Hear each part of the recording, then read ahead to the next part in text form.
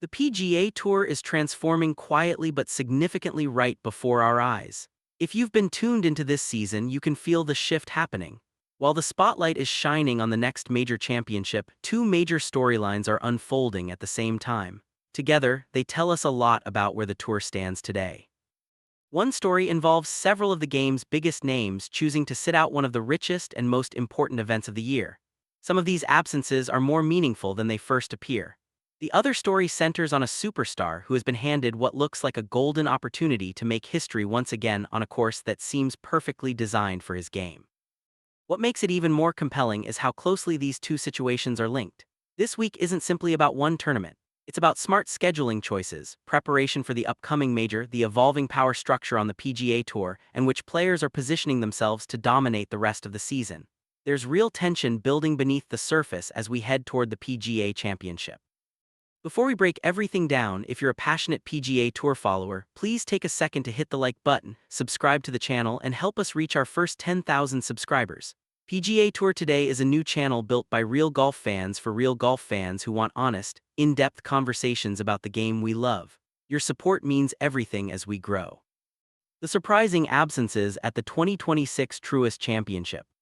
Let's start with the first big story. When you examine the field for this week's Truist Championship at Quail Hollow, the missing names are almost as eye-catching as the ones who are playing. This is a signature event with a $20 million purse, $3.6 million going to the winner, huge FedEx Cup points, and major world ranking implications. It also serves as the final major-level dress rehearsal before next week's PGA Championship at Arnhem. In most years, top players would be eager to get competitive reps on a demanding course like Quail Hollow before a major.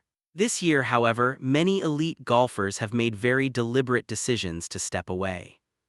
The most notable absence is world number one Scottie Scheffler. While it's big news, it's not entirely unexpected if you followed his recent approach. Scheffler has turned into one of the most disciplined schedulers in the game. He's coming off several strong finishes, including a runner-up in his last 3 starts, and looks razor-sharp. He clearly values fresh legs and proper recovery before majors more than another big-money event. Interestingly, this will be the first time he's skipping this particular tournament. What's intimidating for everyone else is that Scheffler already has a winning blueprint for Quail Hollow. He shone there during the President's Cup and then captured the PGA Championship on the same layout in 2025. His decision feels less like dodging competition and more like a calculated peak for defending his major title next week.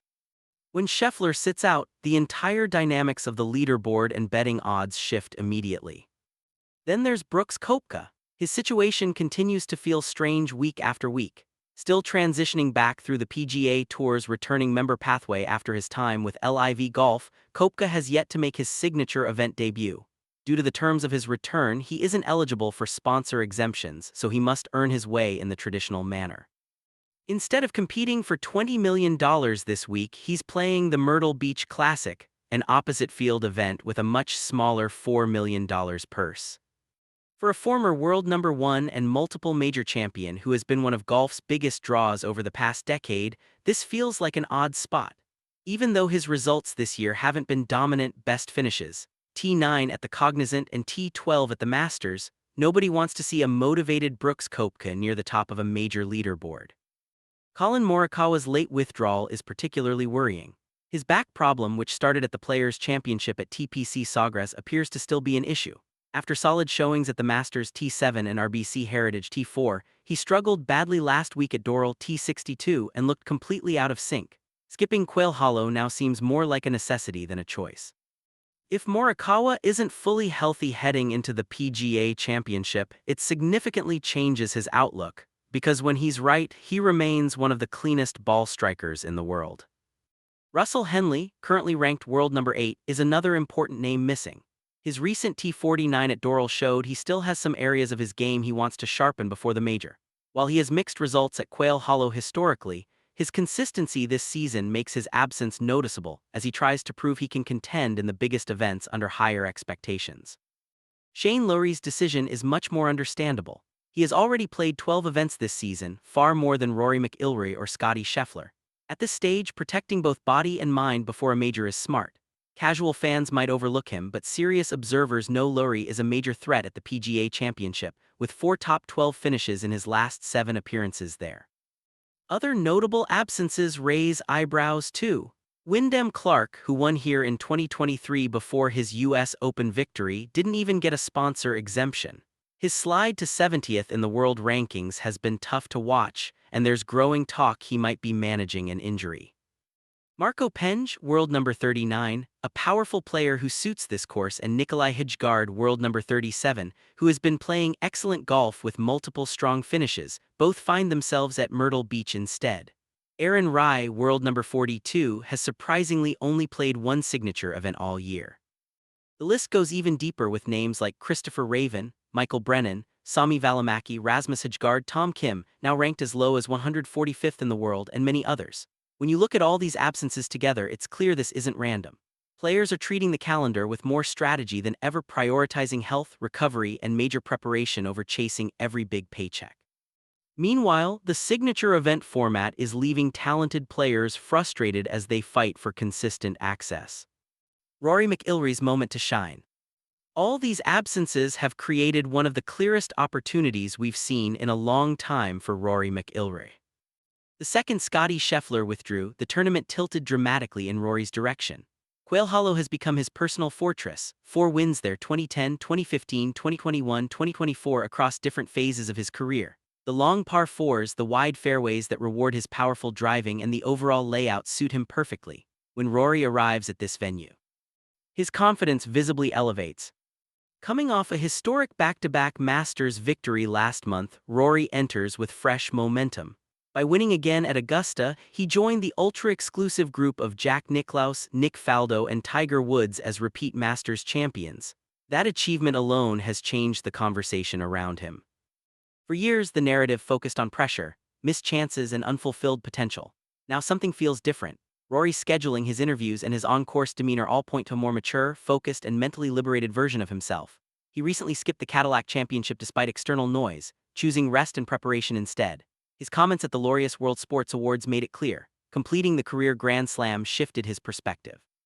He no longer feels the desperate need to prove himself. He's now building on an already legendary career.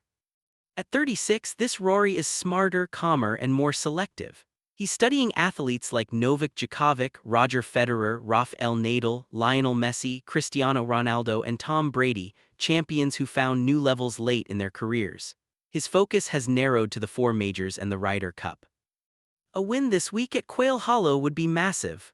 Winning the PGA Championship next week would give him 7 career majors, pushing him past Arnold Palmer, Phil Mickelson, and Nick Faldo.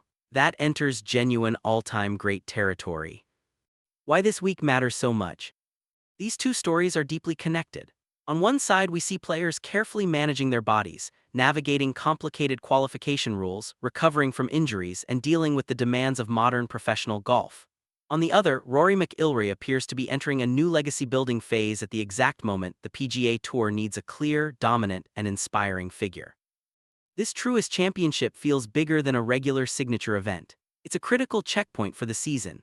Can Rory capitalize on this favorable setup and keep his role going? Will Scottie Scheffler's careful preparation give him the edge at the PGA Championship? How will players like Koepka, Morikawa, Lowry, Clark, Hjgaard, and others bounce back under major pressure? The mix of uncertainty, strategic depth, and star power is what makes the PGA Tour so addictive right now. Drop your thoughts in the comments. Do you see Rory winning again at Quail Hollow this week, or do you believe Scheffler's rest will actually benefit him more for next week's major? If you enjoyed this deep, honest breakdown, smash the like button, subscribe to PGA Tour Today, and help us grow toward 10,000 subscribers. We're just getting started, and there's a lot more real golf conversation coming for fans who live and breathe this sport.